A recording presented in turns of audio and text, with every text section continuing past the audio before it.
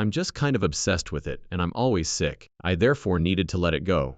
Out of 14 songs, Kurt Cobain selected 6 covers for MTV Unplugged. It wasn't a random act. He chose songs about dying, saying farewell, and ascending to the afterlife. As if confessing, he sung all apologies. It's all my fault, and I'll accept full responsibility. He slouched his shoulders and spoke softly. He was simply exhausted, and no longer angry. It appeared to be a memorial service on the stage. Some parts didn't feel authentic, so even MTV wanted to cut them. Kurt, however, was well aware of his actions. No one noticed that he was bidding farewell. Kurt Cobain was born in Aberdeen, Washington, on February 20, 1967. His father, Donald, was a mechanic, and his mother, Wendy, was 19. Everything initially appeared to be typical of a small-town household. However, Kurt had a wild side even as a little youngster. Everyone was frightened by his exuberance. He pretended to be an evil Keneal and leaped from rooftops. He performed actions that might have resulted in his death.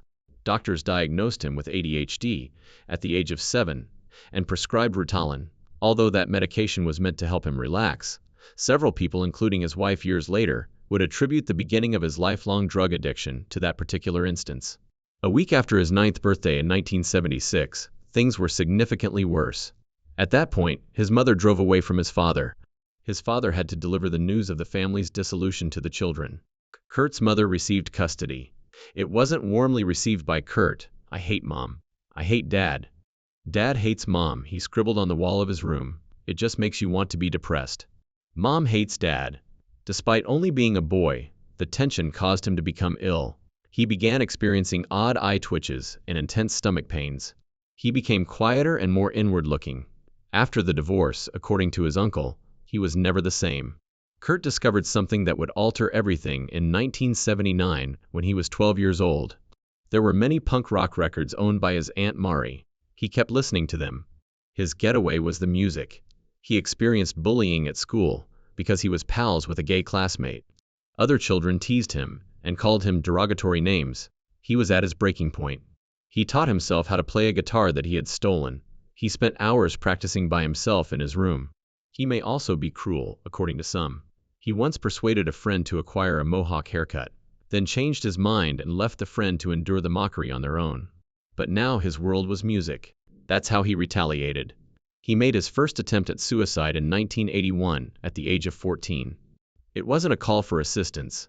It was authentic.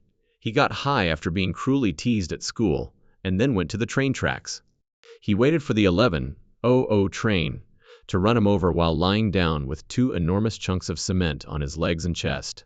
However, the train abruptly changed tracks. He survived.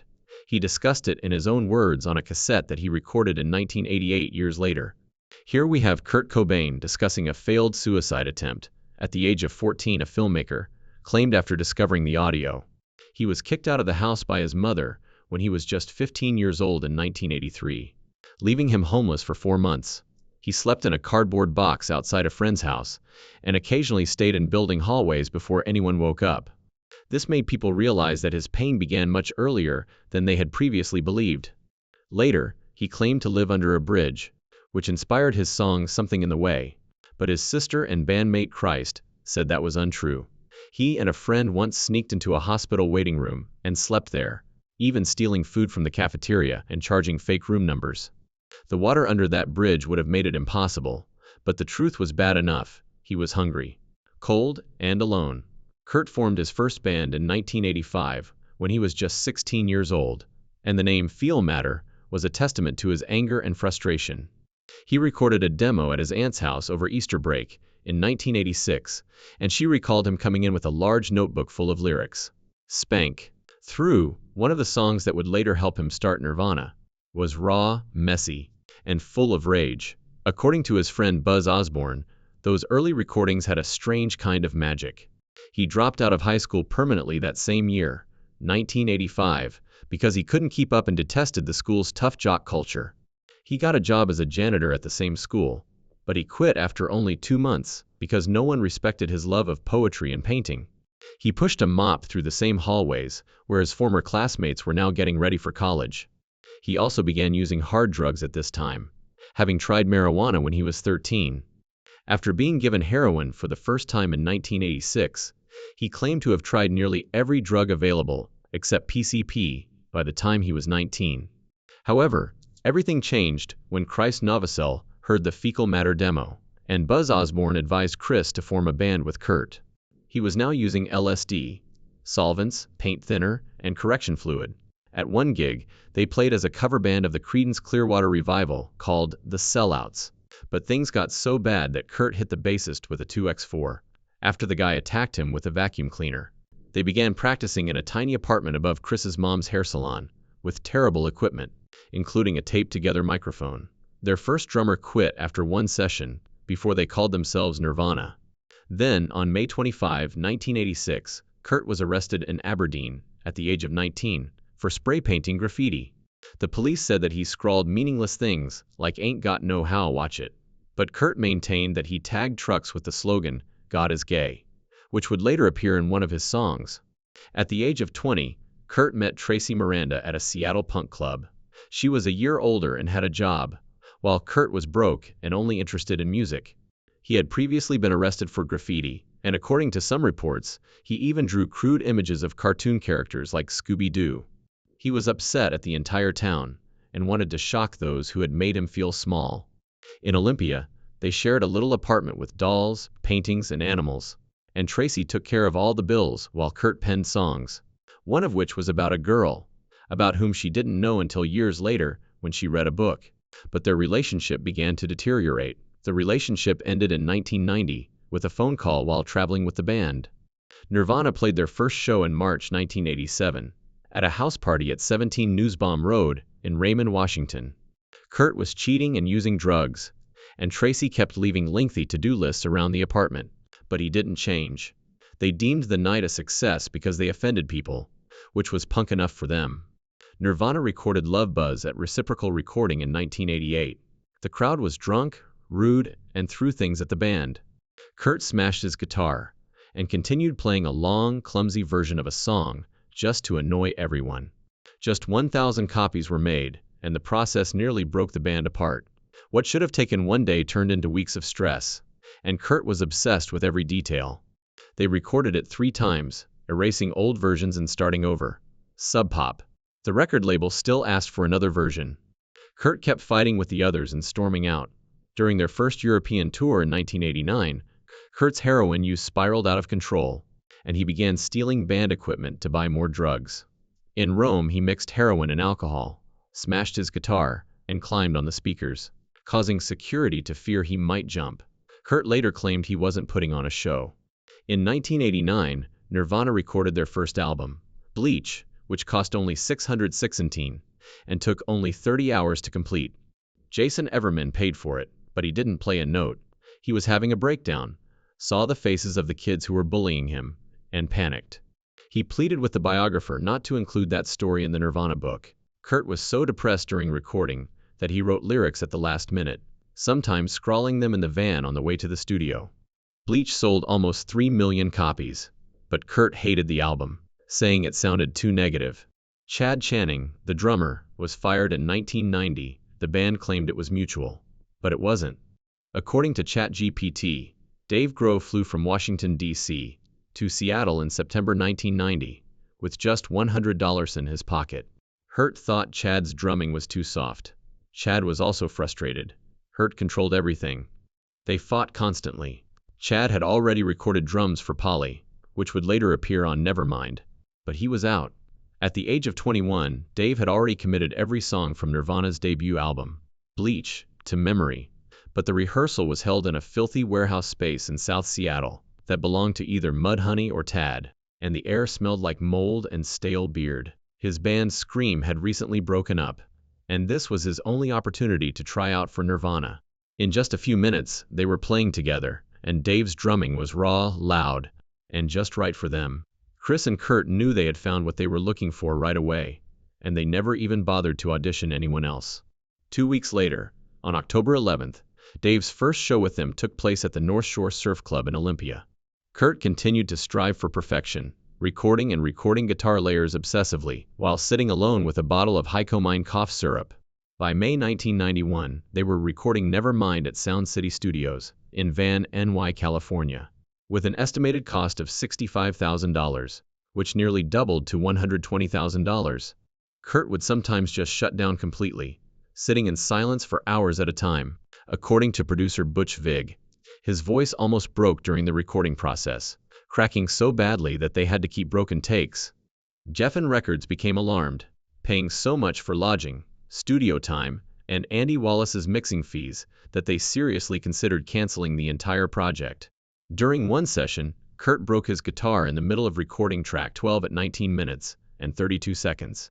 The pressure was so intense that on August 17, 1991, the Smells Like Teen Spirit video shoot at GMT Studios in Culver City, which had a budget of between $30,000 and $50,000, descended into complete chaos. Kurt eventually persuaded the director to allow them to destroy the set, and then everything exploded as the 200-plus teenagers crammed into bleachers, forced to listen to the same song for 12 hours straight, were hot, exhausted, and furious. Samuel Bayer, the director, was unable to control the energy on set. Kurt subsequently claimed that they were only waiting to say, "you" to someone, and he gave them the all clear. The riot was genuine, and every frame captured the annoyance. On January 11, 1992, Nevermind debuted at number 1 on the Billboard 200, surpassing Michael Jackson's Dangerous. Nirvana played songs like Territorial Pissings and Smells Like Teen Spirit during their Saturday Night Live performance. They smashed their instruments at the end, but the most shocking part was when Kurt, Chris, and Dave started live French kissing each other on TV during the closing credits. On February 24, 1992, just a few weeks later, Kurt overdosed in his hotel room in New York, and Courtney discovered him unconscious the following morning, his skin turning blue. They knew exactly what they were doing, and Kurt claimed it was to annoy the rednecks and homophobes. NBC refused to rerun the kiss. In Hawaii, Kurt and Courtney were married in front of just 8 guests, including Dave Grohl and Chris. Courtney was already pregnant, wearing a satin lace dress that had once belonged to Frances Farmer, and Kurt was wearing green pajamas. A heroin binge ensued after the ceremony, and Courtney later claimed that they were getting dope and pills in Alphabet City, while hiding themselves with hats. Courtney threw cold water on Kurt and punched him in the chest until he gasped back to life after he overdosed again at 6:30 one morning, bleeding from the nose and turning blue. In September 1992, Vanity Fair published an article that almost destroyed them, quoting journalist Lynn Herzberg as saying that Courtney had used heroin while pregnant. The case was eventually dismissed, but the emotional damage had already been done. Kurt was devastated when Child Services took Frances Bean away, when she was only 2 weeks old. He threatened to commit suicide if they didn't get their baby back. They spent $240,000 in legal fees. Kurt had to go through a 30-day rehab program, and both of them had to take drug tests. Kurt took between 50 and 60 Rohypnol pills with champagne on March 4, 1994, and overdosed in Rome. The public was led to believe it was an accident, but it was not. He left a suicide note that read, "I hate myself and want to die." Courtney discovered him unconscious, and he was taken to Umberto Burmer Poly Clinic. In 1992, at the Reading Festival in the UK, Kurt pulled off one of the most memorable stunts in rock history.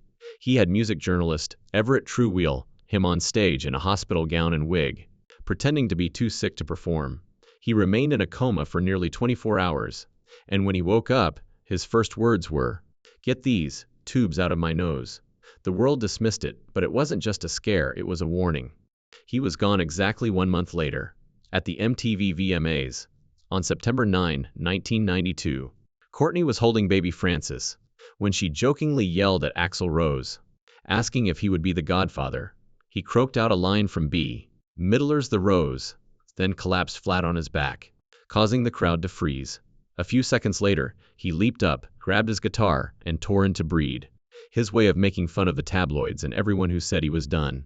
That night on stage, Kurt began strumming "Rape Me," when Axl, accompanied by 5 bodyguards, walked up, called Courtney a, and yelled at Kurt to restrain her. Kurt simply turned to her and whispered, "Shut up," mocking Axl, to the laughter of everyone around them. Kurt acknowledged spending $400 $500 a day on heroin. In a 1992 Rolling Stone interview before turning to lithium, he claimed it helped with his persistent stomach pain, After trying everything else, protein shakes, exercise, doctors, he decided to turn to heroin, calling it a waste of time. He claimed it destroyed his memory and sense of self, but he was unable to stop, and Dave and Chris frequently discovered him unconscious in hotel rooms. They attempted to help, but it was too late. When Geffen heard the early mixes, they were alarmed. The bass was barely audible, the vocals were buried, and Albini had only charged $100 and refused royalties. That decision alone cost him hundreds of thousands of dollars. By 1993, Nirvana was recording an utero with Steve Albini, and Kurt wanted it to sound raw and ugly in order to drive away fans. When In Utero came out in September 1993, the band had to make a public statement to quell rumors of label interference. Walmart and Kmart refused to sell it unless the song Rape Me was changed, and Kurt grudgingly agreed. The version sold in big box stores was titled Waif Me, and MTV forbade them from performing it live.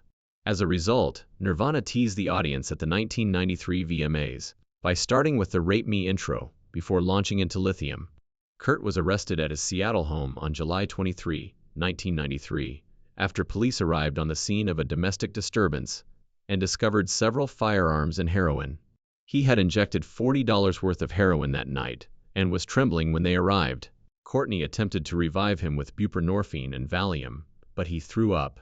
The 20-gauge shotgun was among the weapons they discovered. Later that year, during the In Utero tour, Kurt collapsed in a New York bathroom after locking himself in for a long time. Courtney heard a thud, and he was unconscious once more. The band canceled East Coast dates, blaming it on withdrawal in private and exhaustion in public. Kurt could hardly stand during the MTV Unplugged rehearsals in November. After a heated argument with Courtney, Kurt wrote, "You know you're right." The lyrics were raw and angry, with Kurt stretching the word pain for 10 full seconds, as if he was trying to squeeze it out of himself. He was shaking so much that some songs had to be recorded repeatedly. That tour subtly collapsed as his health deteriorated. The damage was already done when he called his lawyer in March to have Courtney removed from his will, and that same month he recorded what would be his final song, which Courtney later sang herself, but with different lyrics. "I will move away from here, rather than I will crawl away for good." Even if the world didn't know it yet, the song was his farewell. Kurt Cobain wasn't just nervous during rehearsals for Nirvana's MTV Unplugged show in November 1993. He was crying, the studio was tense, and he was going through drug withdrawal, snapping at everyone and purposefully choosing difficult songs. The Meat Puppets songs weren't just guest tracks. MTV didn't want the Meat Puppets at all. They wanted someone safer, like Eddie Vedder or Tori Amos. But Kurt didn't care. He refused to show up at all the day before filming, and when he did, people said he had no jokes, no smiles, and no light in him. He picked them in keys that would strain his voice, as if he wanted to hurt himself. When asked why, he simply replied, "Exactly like a funeral." On March 1994, Nirvana played what would be their final show in Munich. Kurt had bronchitis, so he skipped soundcheck. The stage was an old airplane hangar with terrible sound. He also designed it to look like a funeral, complete with black candles, stargazer lees, and a crystal chandelier. His voice deteriorated with each song, and instead of trying to save it, he pushed it until it almost broke.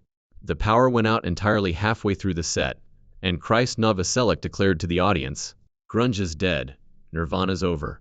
They concluded the 23-song show with Heart-Shaped Box, and removed Smells Like Teen Spirit from the set list. "That's it," Kurt said to his agent backstage. Kurt returned back to Seattle after overdosing in Rome, and on March 25, 1994, Courtney Love hosted an intervention. 10 individuals, including his bandmates, record executives, and even his buddy Dylan Carlson, pleaded with him to get assistance, and Courtney threatened to take Francis Bean and go. After Kurt screamed at the band and insulted them, he locked himself in a room and eventually agreed to go to rehab in Los Angeles. On March 30, before departing, he asked Dylan to buy him a shotgun for $300, which Dylan found odd because Kurt was going to rehab and why he would need a gun, but Kurt insisted on keeping it. It was not his first attempt at suicide. On March 4, 1994, Kurt took between 50 and 60 Rohypnol pills and chased them with champagne in Rome. He collapsed in the Westin Excelsior Hotel and was found unconscious the following morning. He was in a coma for almost 24 hours. Although close friends and the media initially claimed it was an overdose, Kurt's close friends insisted it was not an accident. Back in Seattle in early 1994, Kurt started recording demos by himself, without a band or production, just him and a microphone. The lyrics were full of death, singing about being buried, about disappearing, and one song repeated the line, "I'm buried again and again." He woke up to find a suicide note full of pain, blaming the industry and fame. Kurt had been in and out of rehab at least 5 times between 1992 and 1994, the first major one being a 60-day detox in the summer of 1992, so he could be present for the birth of his daughter. He got clean long enough to hold Frances, before relapsing into heroin use. The recordings felt like a diary of someone getting ready to leave, with no polish or filter, just pure sadness. On March 28, 1994, he made his final attempt. Courtney told him that if he didn't go, child services might take Frances away. He did, and she was proud for 3 days. On April 1, he climbed the 6-foot rehab wall, disappeared, and purchased a ticket to Seattle. He had been dealing with chronic stomach pain for years. Doctors finally identified it as a pinched nerve caused by scoliosis in 1993. But the pain was so severe that in 1991 he told someone, "Heroin is the only thing keeping me from shooting myself." He tried everything: protein shakes, vegetarian diets, exercise, but nothing helped. Finally, he was prescribed an experimental medication that did help, but police confiscated it during a domestic call on March 18, 1994, because they believed it was suspicious. Kurt's journals later showed that this was not a new struggle. He had considered suicide for years since he was a child, and there were over 20 entries about wanting to end it. In 1993 he wrote, "I have it good, very good, and I'm grateful, but the spark is gone." Kurt returned to heroin, $500 per day, with no more relief. His family had a history of suicide. 2 uncles had taken their own lives with guns. A cousin confirmed Kurt had ADHD and bipolar disorder. It wasn't just drugs, he had been drowning for a long time. In a 1993 interview, he said it himself, "I forced myself to grin." He was rapidly losing weight. In July of that year, he passed out before a show and needed Courtney's Aloxone injection to bring him back to consciousness. His bandmates said he looked gaunt and sunken, but he continued to perform. He also burned bridges when he publicly attacked Pearl Jam in 1993, calling them corporate and their music fake, which ended any chance of touring together. That same night, he went on stage as if nothing had happened. He would nod off during photo shoots. Everything about that MTV Unplugged set felt like a warning. The candles, the lilies, the dark lighting, it looked like a memorial. And that's exactly what Kurt said he wanted. Kurt called his manager angry because Pearl Jam's album 5 was outselling Nirvana's In Utero, and he wanted Nirvana to be number 1. When he screamed the last verse, it didn't sound human. Neil Young described it as being like a werewolf. It was the only time Kurt ever praised one of his own performances. He hunched over, eyes half closed, as if he was already somewhere else. Rehearsals were a complete mess the day before filming. MTV wanted to cut the solo, because it didn't feel real, but it stayed in, and when he sang All Apologies, it didn't sound like a song. He repeatedly fumbled it, because he couldn't connect with the man who sold the world. Later, footage showed him making a mess of the intro, getting lost in Pat Smear's chords. His shoulders slumped, his voice was soft, and the song contained sarcasm and jokes, including the line, "Everyone is gay." It sounded like a farewell, "Everything's my fault. I'll take all the blame." He was tired of pretending to be okay, and the set list omitted most of Nirvana's greatest hits. Instead, he selected 6 versions of 14 songs, including songs about death, farewell, and departure. For example, the Meat Puppets song Plateau discusses climbing toward the afterlife, and the last lyric reads, "There's nothing on the top but a bucket and a mop." Kurt Cobain passed away on April 5, 1994. His suicide note concluded with Neil Young's words, "It's better to burn out than to fade away." He used the Remington Model 1120 gauge shotgun that Dylan Carlson had purchased for him. His body wasn't discovered until April 8, when an electrician mistakenly believed he was asleep until he noticed blood. The medical examiner discovered high levels of heroin, enough to kill 3 people. MTV played the Unplugged show on repeat, and fans watched it like a funeral. The lilies, the candle, the silence, everything made sense now. People noticed every detail. The way he looked, the way he sounded. It wasn't just a concert. It was his farewell.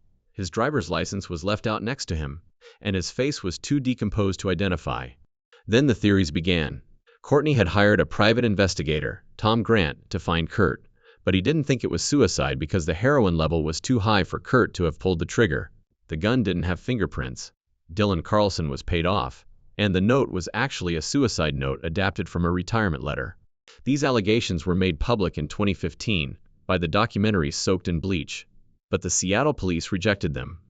In 2024, on the 30th anniversary of the MTV Unplugged album, new rehearsal tapes featuring 5 complete sessions were released, revealing the arguments, the melancholy, and the precise moment Kurt declared, "I no longer have the passion." In his suicide note, he used the same phrases.